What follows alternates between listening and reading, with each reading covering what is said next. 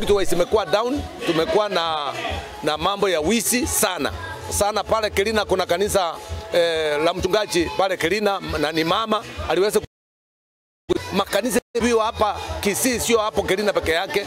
Makanisa imeibiwa, inafunjwa vitu inaenda yote.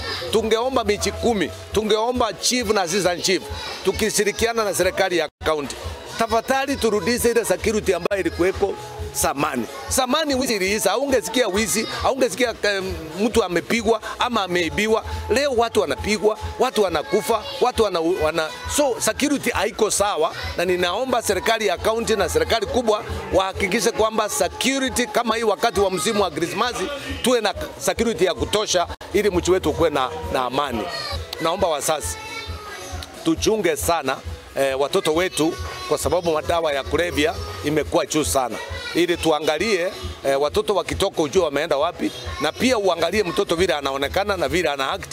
Mtoto anaweza kuja aingie kwa bedroom harare, wewe unafikiri amechoka, kumbe mtoto ni mlevi. So tuchunge watoto wetu sana. Jambo lingine la kumalizia, county yetu, serikali ya county, tafadhali, madawa ya kulevya imejaa kila mahali. Mimi ni mchungaji na niko katika eneo lile la Kisii County, ninasema kila ambacho kiko. Lakini serikali tumekuwa tukizungumza, lakini hatujawahi kuona msako wowote, hatujawahi kuona hata machokora na hapo wanakunywa changama, wanakunywa bangi. Lakini tunaomba kwamba wachukue mikakati ya kutengenezea hii mji wa Kisii, kwa sababu Kisii imekuwa city. Hii kama mji ambao unakuwa city, huwezi kuwa mji city na iko na madawa ya kulevya, uko na ulevi, uko na nini na pale.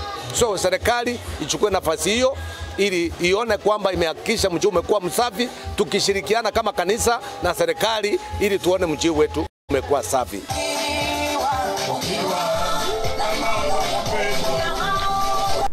Ni ripoti yake hakuna